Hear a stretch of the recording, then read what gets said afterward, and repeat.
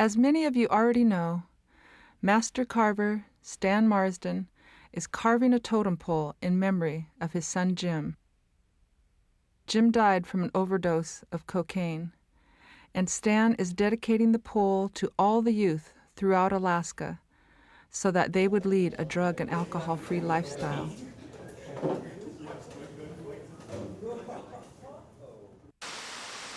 The pole is to be a symbol of healing for those suffering from drug and alcohol abuse and for whatever healing that people may need.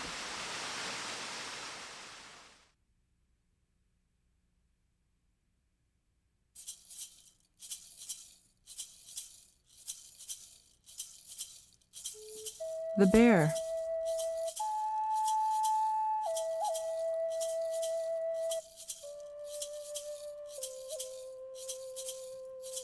The grizzly bear is one of the main clans in the Tsimshian tribe.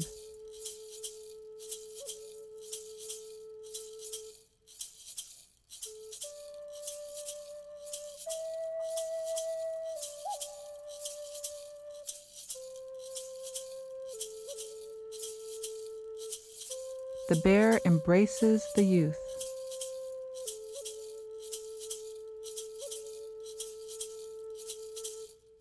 While in protective care of its young.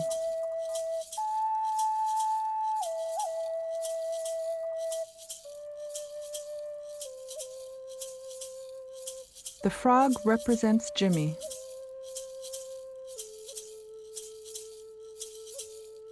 Jimmy's mother, Mary, was adopted into the Haida frog clan.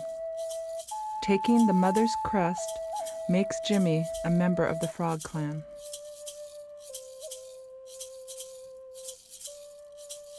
The uninvited guest.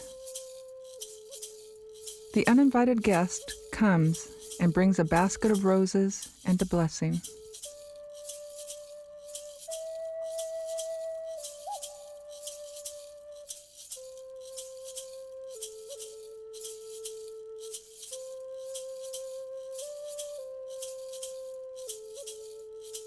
The rose is a symbol of love, peace, and beauty, representing the spirit of forgiveness and understanding. The uninvited guest was asked to stay.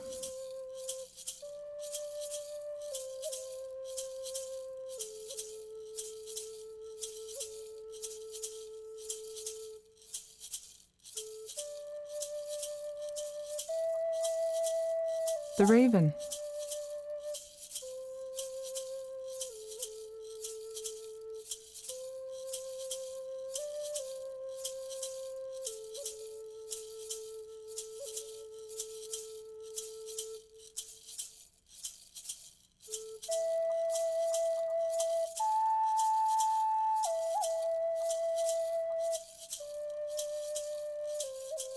The raven represents Stan's father.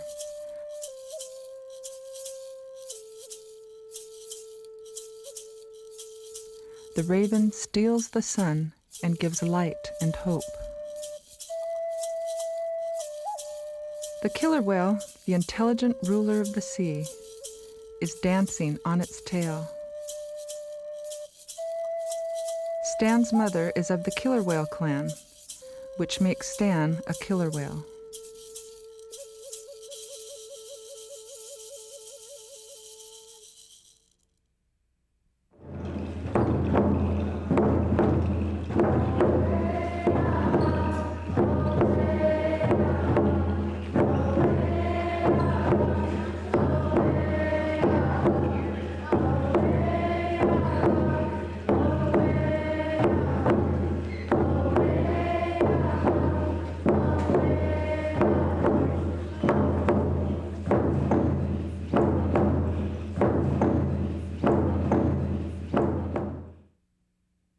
One thing certainly is that it's in memory of Jimmy, of Stan's son, and Jimmy had a lot of friends. He was just one of those beautiful human beings that had a smile for everybody and time for everybody.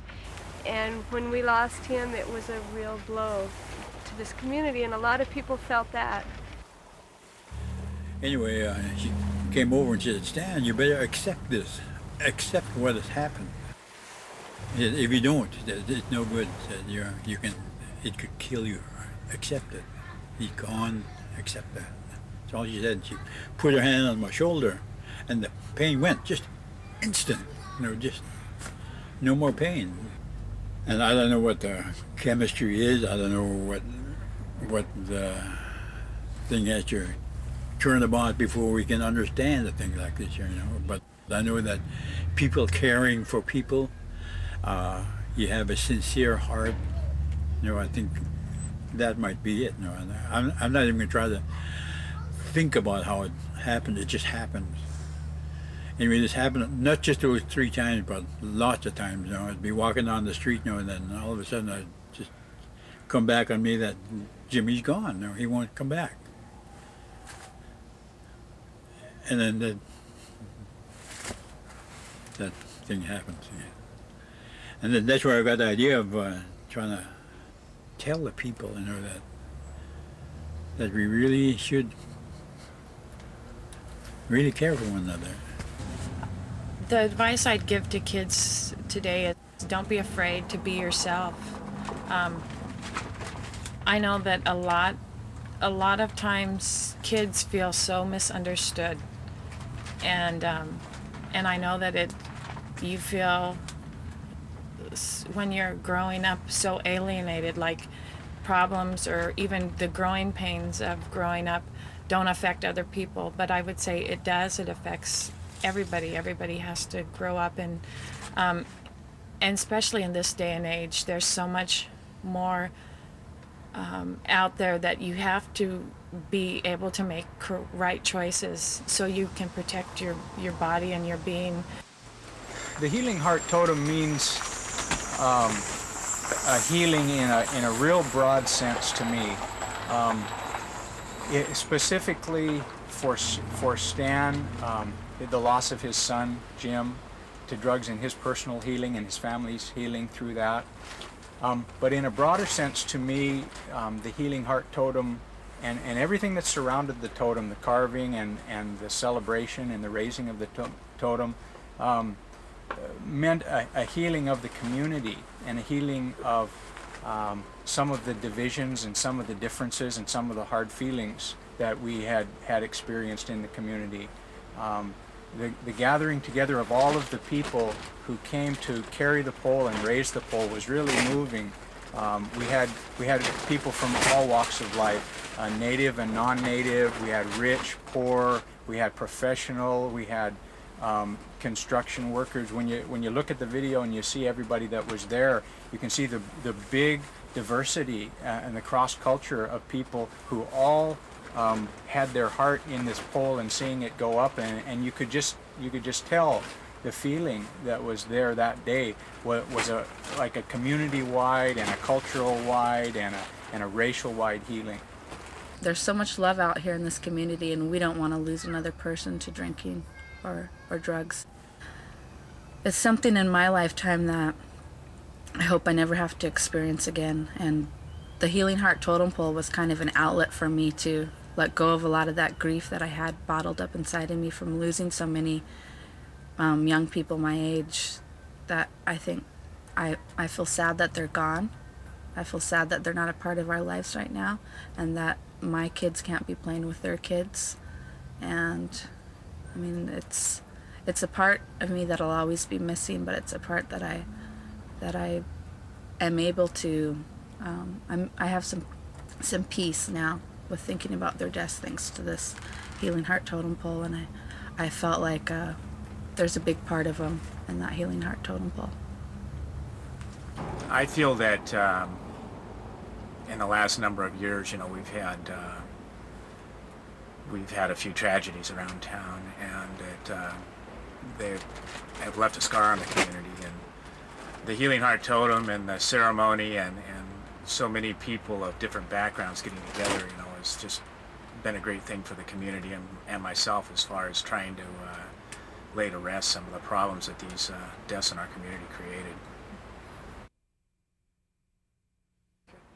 Well, Craig has got an economy that's based on fishing and logging, and traditionally fishing, has been the mainstay here, and probably since around 1980, since the native land claims started bearing fruit, is when logging became a real important part of the economy in the community. And I believe when I showed up here in 1974, there was probably around 350 people in Craig, and now our population is between 2,000 and 2,100.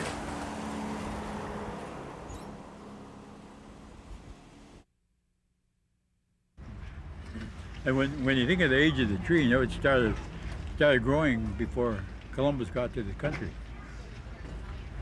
And here on Prince of Wales. And then when you think of it that way, just think of what Prince of Wales used to be, and all the animals, all the sea otter and everything.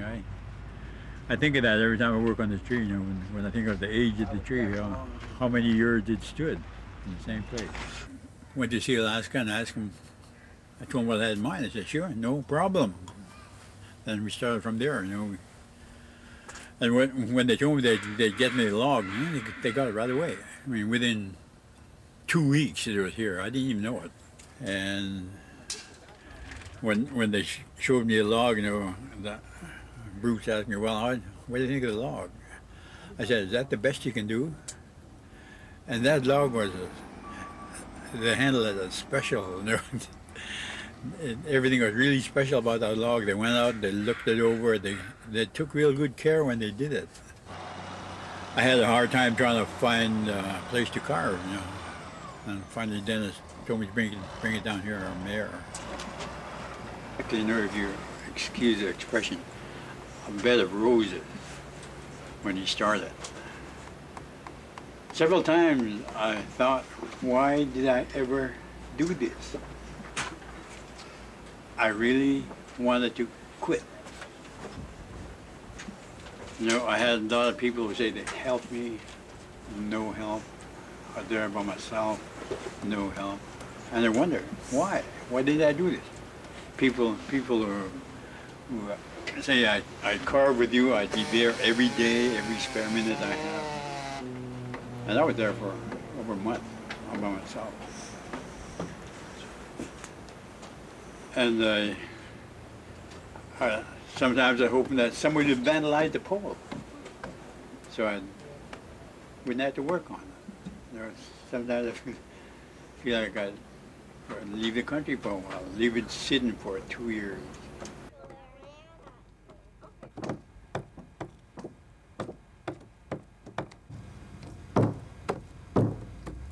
Anna, you're doing great. He's really getting the hang of it, isn't he?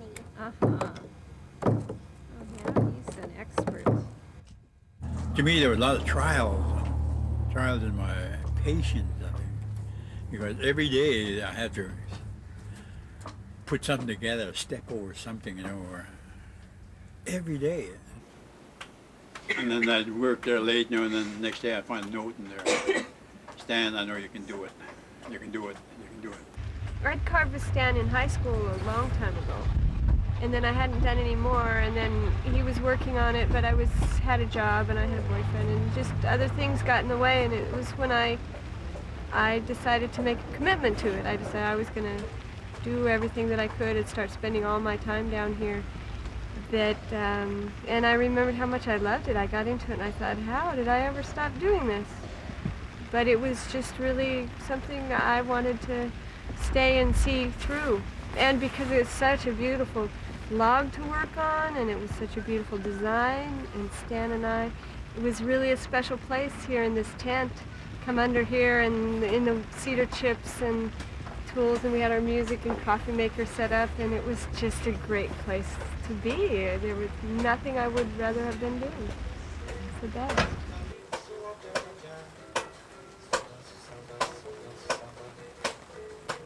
We had some carvers come over from Ketchikan. I called some friends of mine and told them that I needed help. I was sinking. I couldn't hold my breath anymore. I needed help. They came over. 3 of them came over. One is Ernie Smelter. He's master carver. And Ken Decker, he's a carver. And Cy Painter, the carver.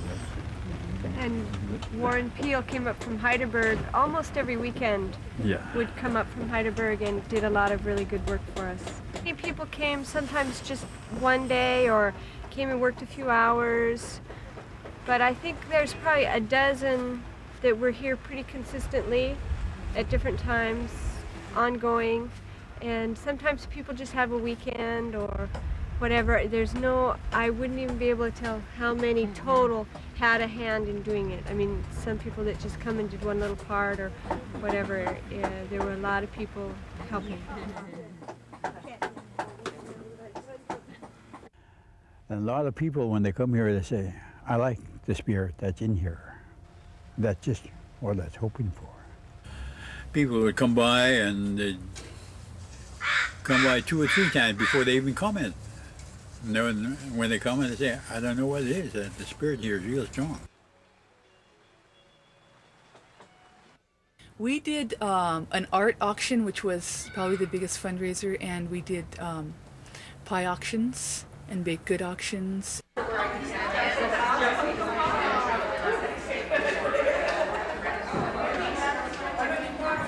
you're 52? I've got 50 here. Don't you dare! No. 50 going once. 190 now 200, 200, 200. I got now 210. 200 now 210. 210 anyway, 210. 210 forward now where? Once, twice, all in, all done, sold it right there. $200 to number 31. Give her a big round. How about 10:30? Sure, that sounds. Split the difference. Okay, 10:30. We will meet at the site with our ideas and what we want to do. I didn't hear anyone say no once. And people were asked to do so much, so many times. All of the presenters with the different schools was really important for me, being really new to the community, that it was so inclusive. And you know, the trips were made to Klawock, the trip was made down to Heidelberg. That was brought the whole island together more, and a real compliment to the coordinators and to those of you that did the workshops. The guest speaker that was most impressive to me was Rudy Nix. He just had the whole gym spellbound for half an hour while he related the difficulties of his home life, and to hear how he managed to survive mentally and keep himself emotionally sound enough to become a world-class boxer was just very moving and really impressive. When I left here 10 years ago, I wasn't the nicest guy. I wasn't the most popular person. My name is Rudy Nix. I'm Haya, Tsimshian, and Cherokee. I'm from here. I was born in Heidelberg. I'll always belong here. I always feel at home here. And when I'm gone for too long, I long to come home. Because this is where I draw my strength from. I'm an Alaskan native. And I'm a warrior of the 20th century. Only the battle we fight now isn't against the pen. It's against alcohol and drugs. Everywhere I've gone as a speaker, it's been the same. Teenagers dropping out of school because of drugs, because of booze, because of teenage pregnancy.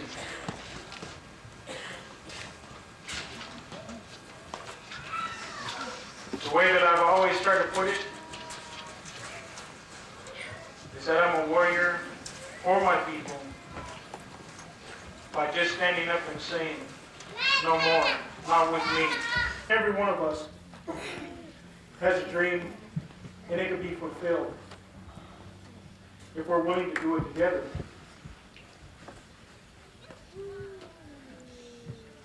As I started out saying that I feel it's an honor to be here. When I heard about the Healing Heart Totem,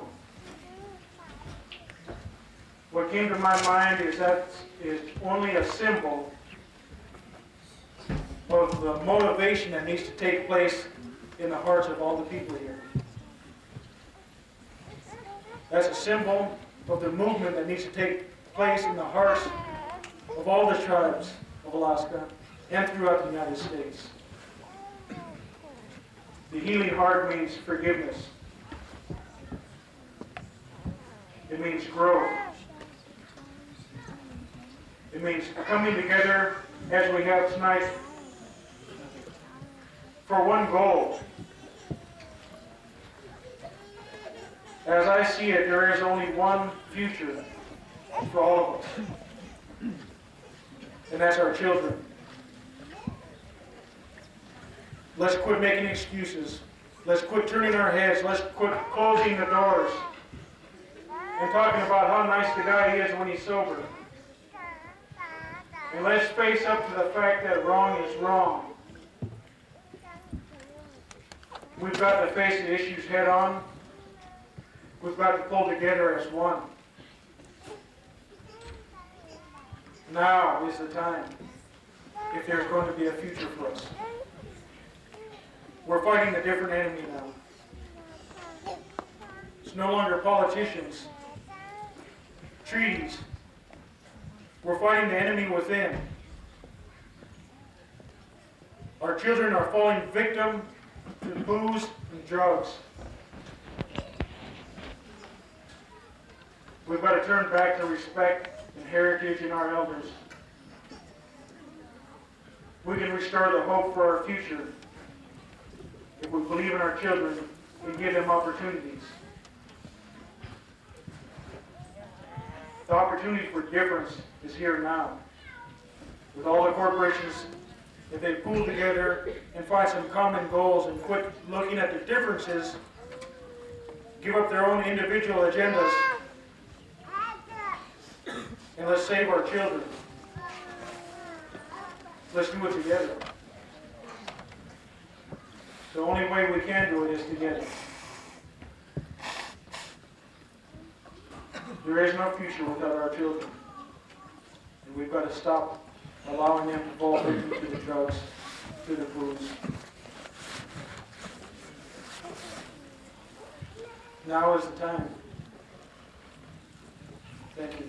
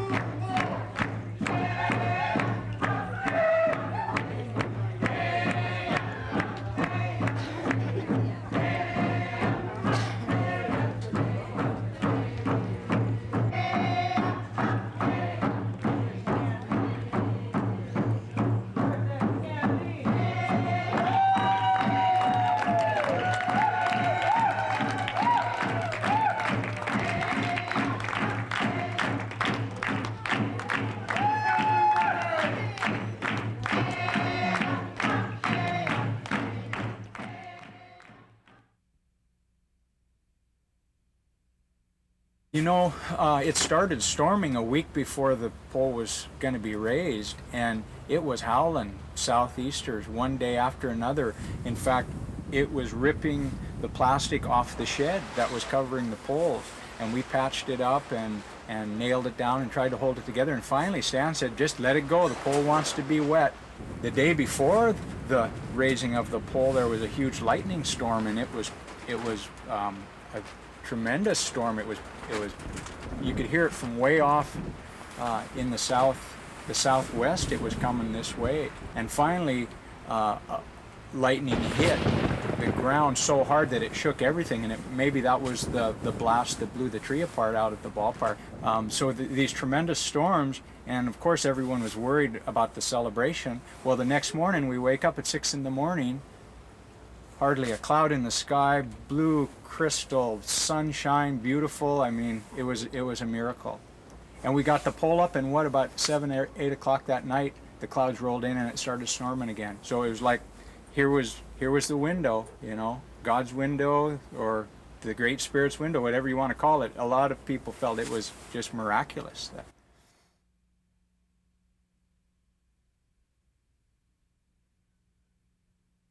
We have coffee cans that have burning cedar chips and sage in it, and this will be used to cleanse and bless the pole. And so we have, the children are going to be moving down and blessing the pole and the carriers. And while we're doing this, if we could have silence, please, because we will have a prayer by Charlie Jimmy from Haynes.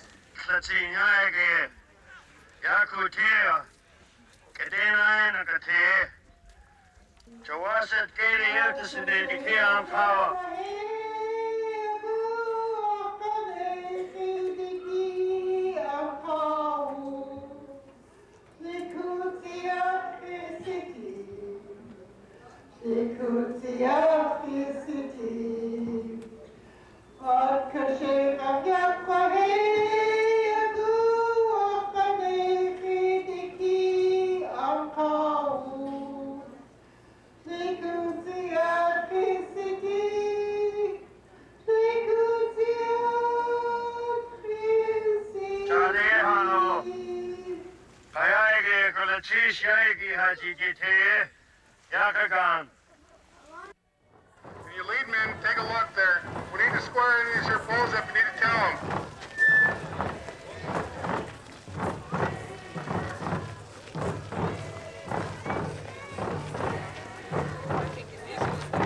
It was not an individual thing as much as it was Stan was the driving force, and it was his inspiration. It just happened with everybody. Like it took on a life of its own. And yesterday when I came down here and there was no tent, it looked like the totem pole had just busted out, like it was just ready to be unveiled, whether we were ready for it or not. And it was such an exciting feeling.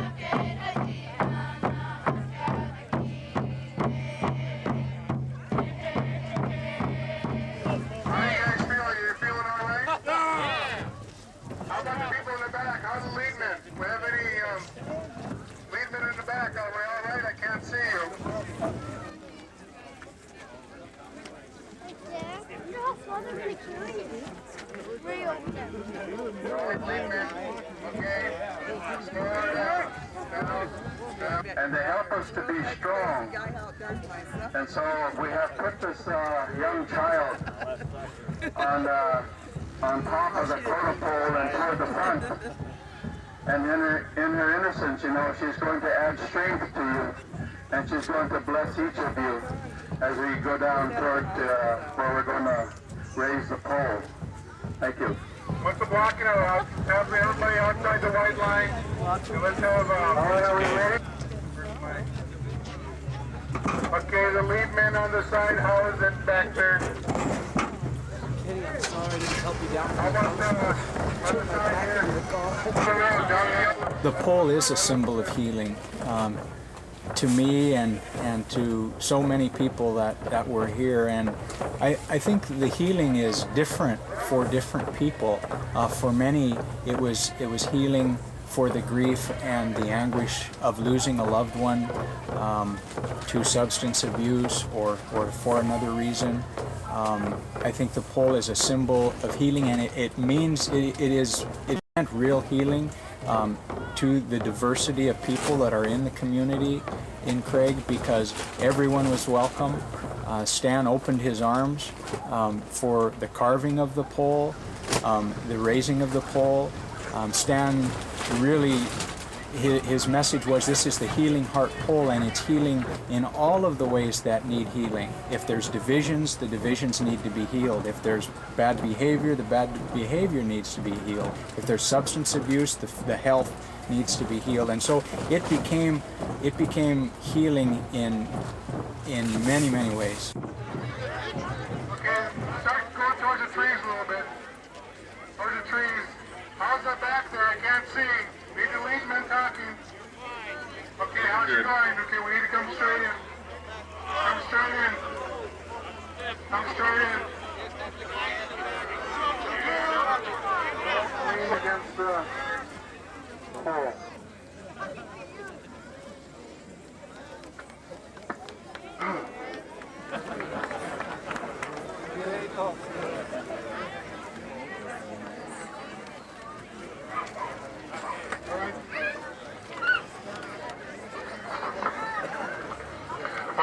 Lift the pole again. We'll lift it straight up. The blocking's going to come out. So we need the lead men in position with the blocking. Let's get the hands up there. Let's get the...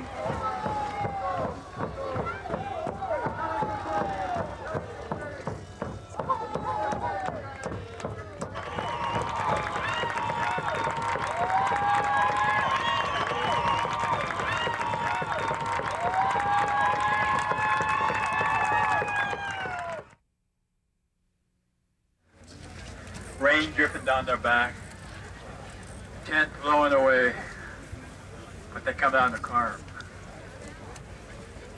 That's what made this pole. Everybody working together. I'd like to thank all of you for being part of this. And I think it looks pretty nice.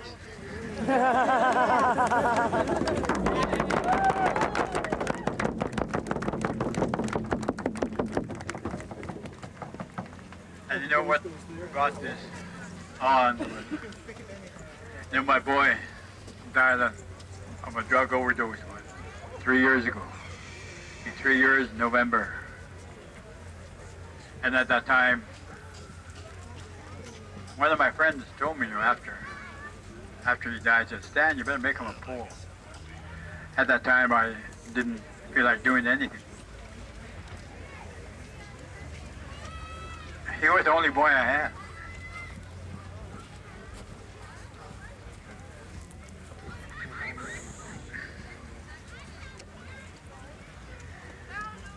And when he died, you know, I hurt. I had a pain in my heart.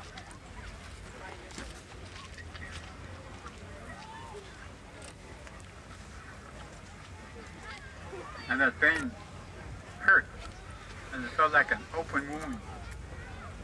It felt like a knife cut. Real stinging hurt. No matter what I did to try to get rid of it, I couldn't do it. Tried to take medication, I couldn't do it. Try to change my position when I sleep, I couldn't take it out.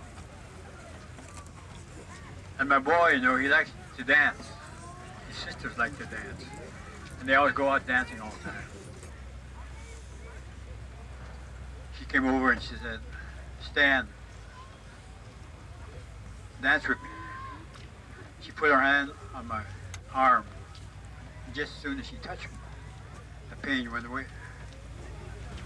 And it told me how much we should care for one another. A lot of us knew Jim and loved him very much. And as we look at you, we remember Jim. And we would like for you to step forward first and put your roses in the Healing Heart here, and may it signify a time of healing for each one of you.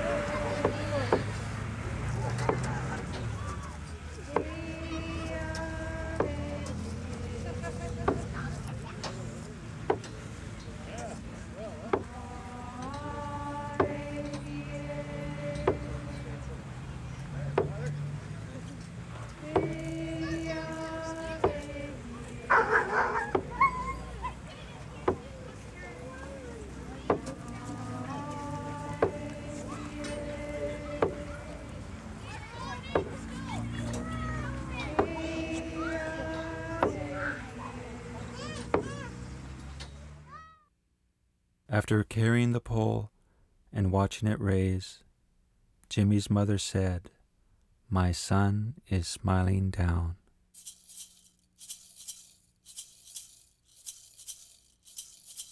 Of the many beautiful entries written in the guest book to Stan, one person simply put, "This is a note to the warmest hearted person I know.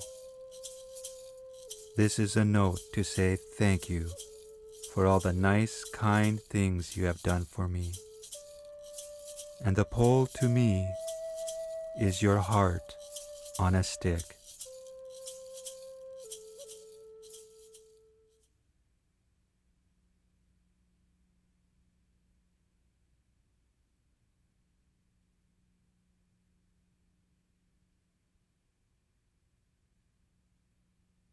I truly thank Stan Mardsen from the very bottom of my heart.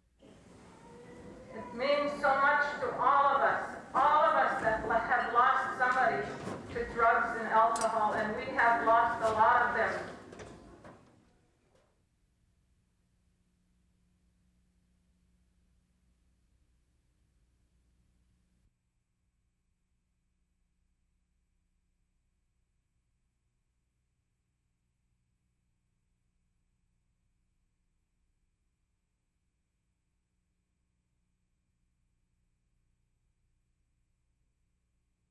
One more thing I'd like to say about totem pole. You know, some people think that they worship the totem pole.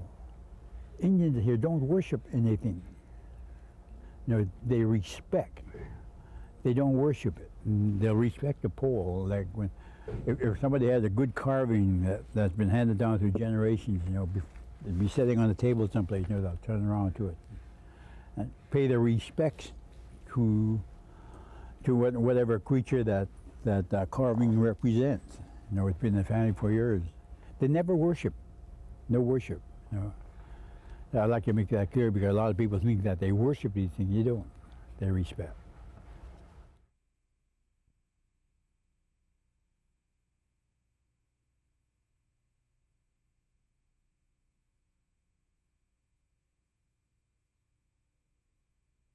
I get a really good feeling off this pole. It's really, you know, it's a learning experience plus a very spiritual experience also.